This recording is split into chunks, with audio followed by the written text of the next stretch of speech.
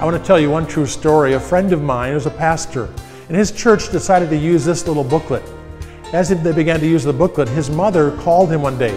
She was an elderly woman, 88 years old. She was a widow. She called him on the phone and she told him that she had stopped giving to God a number of years ago because she was on a fixed income.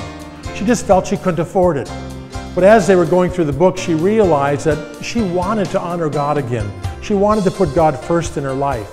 And though it was a bit scary for her because she wasn't sure how it was going to work out, when she got her check that particular month, the very first thing she did was she wrote a check to the Lord's work.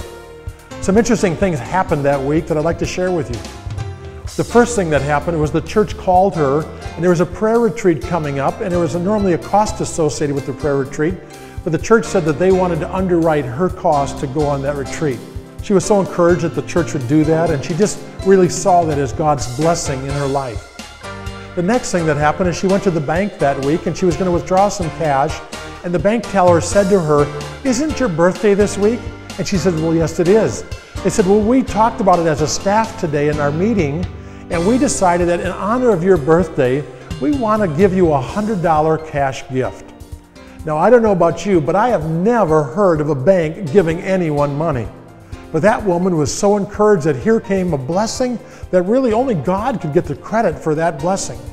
And the third thing that happened, at the end of the week, she got a letter from a community foundation, and they helped the elderly. And this community foundation wrote her and said, "We have chosen you to be a recipient of our grant program, and this coming winter we will pay all of your utility bills because you are on a fixed income."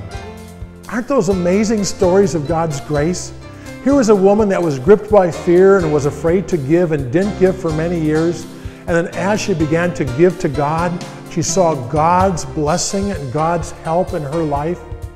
God is interested in meeting our needs. God is interested in honoring us when we honor Him. I would encourage you to always be faithful in your giving to God, whether you have little or whether you have much.